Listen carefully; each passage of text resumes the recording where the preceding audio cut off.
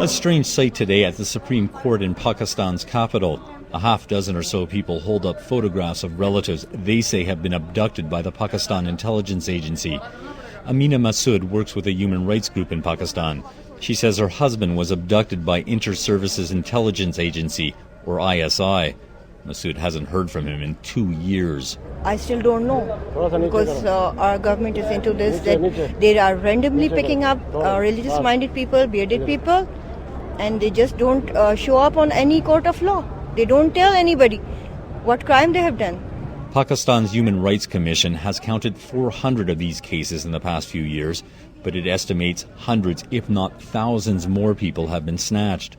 The phenomenon started after September 11th and the search for al-Qaeda suspects, but the practice has grown dramatically, according to Masood. Now those who disappear include homegrown so-called enemies of the state, poets, doctors, housewives, atomic scientists. It's difficult to know if they are guilty or innocent because few have been charged. Adila Manur's brother was abducted 10 months ago on the way to dinner at a government official's house and has not been seen since.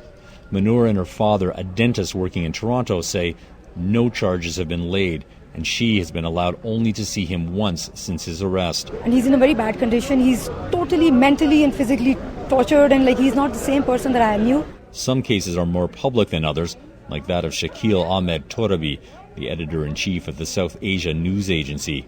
In early March, he says he was taken to a dark room where he was threatened and beaten for several hours. He says the reason? Anti-government stories his agency ran. Torabi says the man working him over made it clear what could happen if he continued.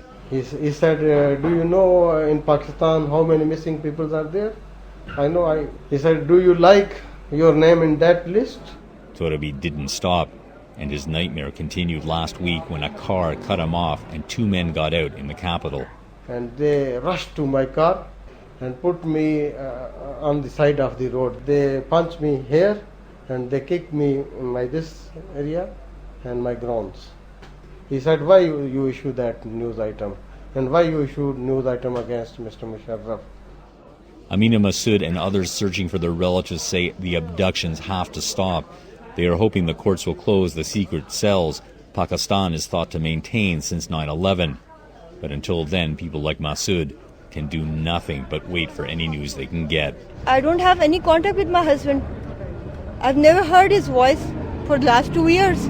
I still don't know what crime he has done. My children ask every day what crime our father has done, why the government is keeping him. I have no answer. Stephen Puddicombe, CBC News, Islamabad.